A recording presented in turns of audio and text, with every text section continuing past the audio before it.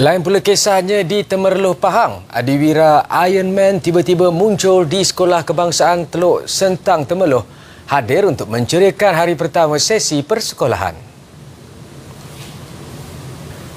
Kehadiran Iron Man ini membuatkan pelajar bersemangat untuk menempuhi pengalaman baru bersekolah. Lebih-lebih lagi buat murid-murid suku kaum asli yang terpaksa menempuhi perjalanan sejauh 7 km untuk sampai ke sekolah. Senang. Sebab apa? Ada Iron Man. Oh, Iron Man boleh apa?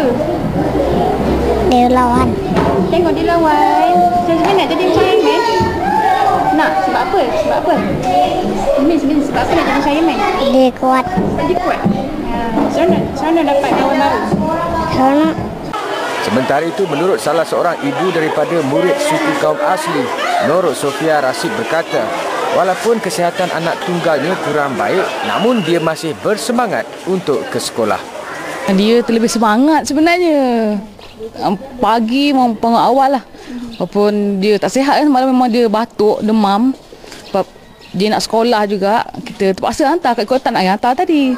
Bagi Muhammad Faizal bin Muda, 32 tahun, minatnya begitu mendalam terhadap Adiwira Iron Man membuatkan dia ingin berkongsi kegembiraan tersebut dengan memakai pakaian khas tersebut untuk menceriakan murid-murid tahun 1 di sini.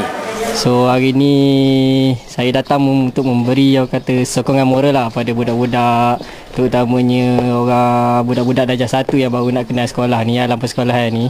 So mungkin dia orang takut. Tadi pun ada yang orang kata menangis, orang kata lari, gementar. So bila dah nampak orang kata maskot datang Iron Man, so saya memberi golongan kepada dia orang, memberi sokongan, support moral. Faizal sempat bermesra dan bergambar dengan peminat-peminat ciliknya di dalam bilik darjah dengan memakai maskot lengkap Iron Man.